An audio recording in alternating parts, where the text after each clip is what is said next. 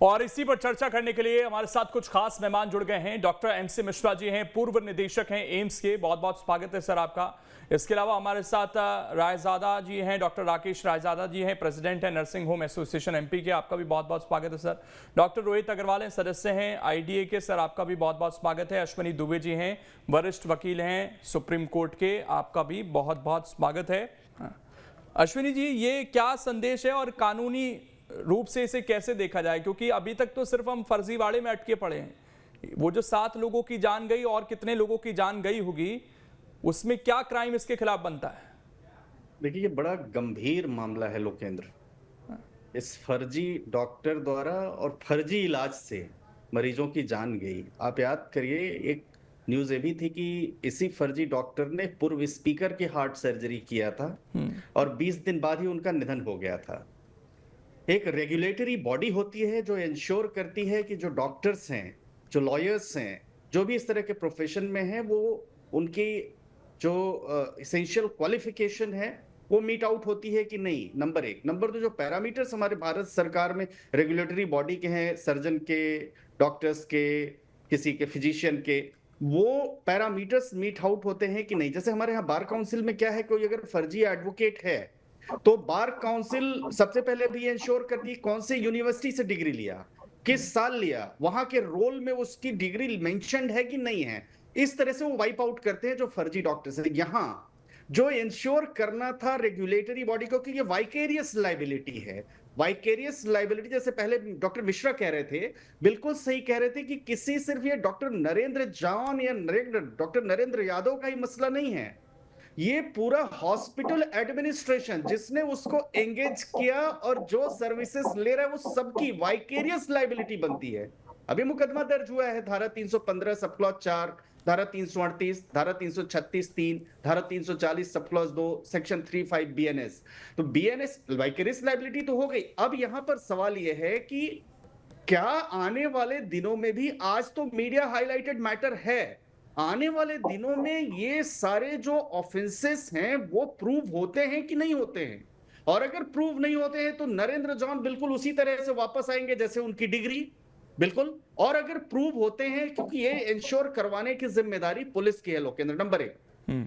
Number 2, आज जो ह्यू cry उठ रहा है, आज से पहले इसी तरह की प्रदेश की जो प्रदेश की रेगुलेटरी बॉडी है, वो हर डॉक्टर के मेडिकल सर्टिफिकेट, हर डॉक्टर के एसेंशियल क्वालिफिकेशन के सर्टिफिकेट, वो सब चेक करते और ये इंश्योर करते जहां से डिग्री आई है कि डिग्री है कि सही कि नहीं है। तो मैं समझता हूं कि ऐसी घटनाएं बच जाती, लेकिन नहीं। तो फेलियर एक पार्ट पर नहीं है, मतलब ये नहीं है कि डॉक्टर नरेंद्र जॉन ही इसमें वो सिर्फ वो जिम्मेदार है। इक्वल रिस्पॉन्सिबिलिटी उन लोगों के डेथ की उनकी भी बनती है जिन लोगों ने ये इग्नोर किया कि अस्पताल बहुत बड़ा है। अस्पताल में डॉक्टर विदेश से आते हैं, पौंडीचेरी से डिग्री लेकर आते हैं, ये फेक नाम इस्तेमाल भले कर, वो तो आज रिवील हो रहा है, मान लीजिए रिवील नहीं होता, लोग मरते जाते मेडिकल नेग्लिजेंस के नाम पर। जैसे अगर आप कहते हैं भाई ठीक है ये क्रिमिनल नेग्लिजेंस नहीं है, तो वो मरते जाते कहते इलाज के दौरान मर गया, बाद में ये मसला खुला। और thanks to the National Human Rights Commission कि उसने इस मुद्दे को उठाया। मैं प्रियंक कानूनगो का भी बहुत मैंने धन्यवाद करता हूं। प्रियंक कानूनगो ने इस मुद्दे को इस लेवल पर पहुंचाया कि फर्जी अस्पताल फर्जी डॉक्टर के द्वारा मरीजों की जान से खेल रहा है। अब दूसरी इक्वल रिस्पॉन्सिबिलिटी स्टेट की आती है, अभी वो इंश्योर करें कि प्रदेश में इस तरह के कितने ऐसे अस्पताल चल रहे हैं, ऐसे कितने डॉक्टर्स हैं, झोला छाप डॉक्टरों के खिलाफ क्या कार्रवाई हो रही है, क्या उनके पास जो डिग्री सर्टिफिकेट्स है वो सही है कि नहीं है, अगर सही है सही मेडिकल कॉलेज से लिया है उन्होंने कि नहीं लिया है, या ऐसा तो नहीं कि उनको एसेंशियल क्वालिफिकेशन ही नहीं और इलाज करते जा रहे हैं। क्योंकि एक बड़ा प्रश्न अब खड़ा हो गया है लोकेंद्र, और वो बड़ा प्रश्न इसका तो जो होगा वो अब एजेंसी को करना है, प्रोसिक्यूटिंग एजेंसी पुलिस है और अदालत को फैसला करना है। और एक दूसरी बात, ये rarest of the rare crime हो, और क्योंकि 7 लोगों की मौत का अगर आरोप है तो ये rarest of the rare crime होना चाहिए कि एक फर्जी व्यक्ति फर्जी डिग्री के सहारे और लोगों की जान से खेल रहा है। तो सिर्फ आप ये कह के कि ये मेडिकल नेग्लिजेंस से नहीं बच सकते हैं। अब स्टेट में इस तरह इंश्योर करना पड़ेगा, खास तौर से जो सरकार की रेगुलेटरी बॉडी है, कि वो ये पता लगे कि ऐसे कितने अस्पताल हैं, कितने डॉक्टर्स हैं, कितने जालसाजी से कितने कर रहे हैं। पैसा कमाना is a different thing, doctor साहब अभी कह रहे थे कि भाई इसमें लगता है, लेकिन एक जिम्मेदारी, एक एक लीगैलिटी के साथ मोरालिटी, और मोरालिटी के साथ किसी के जान के साथ नहीं खेलना। अस्पतालों में आप देखिए, अस्पतालों के बाहर आप देखिए, कई बार खबर वैसे आती है कि इलाज ही नहीं हो रहा है, जबकि सुप्रीम कोर्ट की गाइडलाइंस बराबर हैं। तो ये सरकार को देखना पड़ेगा कि क्या सही तरीके से जो डॉक्टर्स है उनके पास डिग्री है, और नहीं है तो उनके खिलाफ कार्यवाही करिए। और इसी पर चर्चा करने के लिए हमारे साथ कुछ खास मेहमान जुड़ गए हैं। डॉक्टर एमसी मिश्रा जी हैं, पूर्व निदेशक हैं एम्स के, बहुत बहुत स्वागत है सर आपका। इसके अलावा हमारे साथ रायजादा जी हैं, डॉक्टर राकेश रायजादा जी हैं, प्रेसिडेंट हैं नर्सिंग होम एसोसिएशन एमपी के, आपका भी बहुत बहुत स्वागत है सर। डॉक्टर रोहित अग्रवाल हैं, सदस्य हैं आईडीए के, सर आपका भी बहुत बहुत स्वागत है। अश्विनी दुबे जी हैं, वरिष्ठ वकील हैं सुप्रीम कोर्ट के, आपका भी बहुत बहुत स्वागत है। अश्विनी जी, ये क्या संदेश है और कानूनी रूप से इसे कैसे देखा जाए, क्योंकि अभी तक तो सिर्फ हम फर्जीवाड़े में अटके पड़े हैं। वो जो 7 लोगों की जान गई और कितने लोगों की जान गई होगी, उसमें क्या क्राइम इसके खिलाफ बनता है? देखिए, ये बड़ा गंभीर मामला है लोकेंद्र। इस फर्जी डॉक्टर द्वारा और फर्जी इलाज से मरीजों की जान गई। आप याद करिए, एक न्यूज ये भी थी कि इसी फर्जी डॉक्टर ने पूर्व स्पीकर की हार्ट सर्जरी किया था और 20 दिन बाद ही उनका निधन हो गया था। एक रेगुलेटरी बॉडी होती है जो इंश्योर करती है कि जो डॉक्टर्स हैं, जो लॉयर्स हैं, जो भी इस तरह के प्रोफेशन में हैं, वो उनकी जो एसेंशियल क्वालिफिकेशन है वो मीट आउट होती है कि नहीं, नंबर 1। नंबर 2, जो पैरामीटर्स हमारे भारत सरकार में रेगुलेटरी बॉडी के हैं, सर्जन के, डॉक्टर्स के, किसी के फिजिशियन के, वो पैरामीटर्स मीट आउट होते हैं कि नहीं। जैसे हमारे यहाँ बार काउंसिल में क्या है, कोई अगर फर्जी एडवोकेट है तो बार काउंसिल सबसे पहले भी इंश्योर करती है कौन से यूनिवर्सिटी से डिग्री लिया, किस साल लिया, वहां के रोल में उसकी डिग्री मेंशन्ड है कि नहीं है।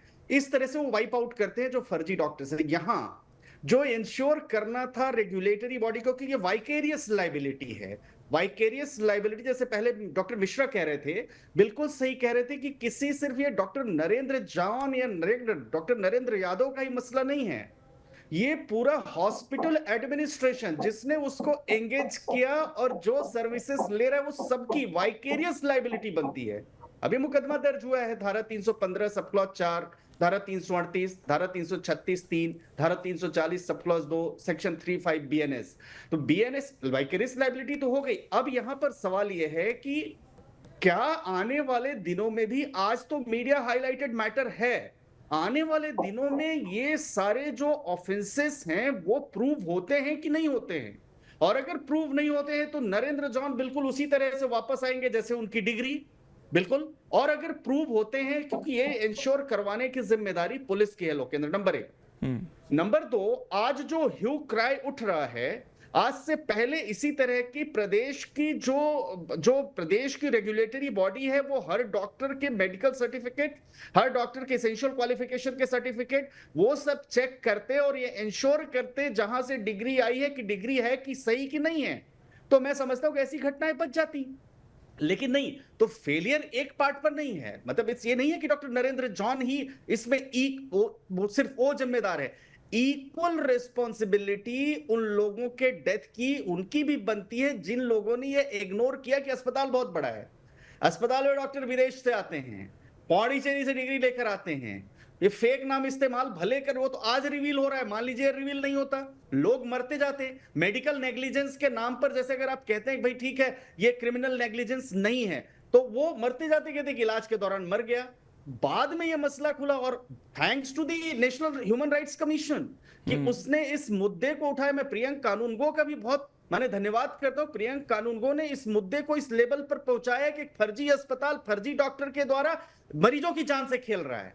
अब दूसरी इक्वल रिस्पॉन्सिबिलिटी स्टेट की आती है, अभी वो इंश्योर करें कि प्रदेश में इस तरह के कितने ऐसे अस्पताल चल रहे हैं, ऐसे कितने डॉक्टर्स हैं, झोला छाप डॉक्टरों के खिलाफ क्या कार्रवाई हो रही है, क्या उनके पास जो डिग्री सर्टिफिकेट्स है वो सही है कि नहीं है, अगर सही है सही मेडिकल कॉलेज से लिया है उन्होंने कि नहीं लिया है, या ऐसा तो नहीं कि उनको इसेंशियल क्वालिफिकेशन ही नहीं और इलाज करते जा रहे हैं।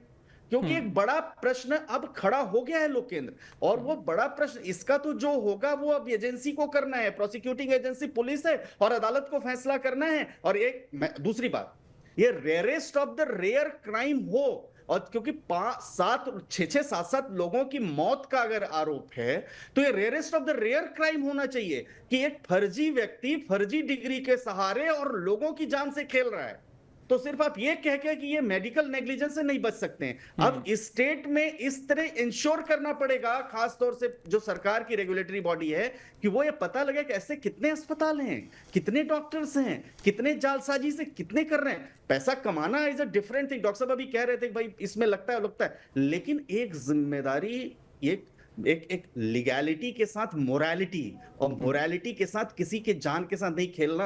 अस्पतालों में आप देखिए, अस्पतालों के बाहर आप देखिए, कई बार खबर वैसे आती है कि इलाज ही नहीं हो रहा है, कि सुप्रीम कोर्ट की गाइडलाइंस बराबर हैं। तो ये सरकार को देखना पड़ेगा कि क्या सही तरीके से जो डॉक्टर्स है उनके पास डिग्री है, और नहीं है तो उनके खिलाफ कार्यवाही करिए।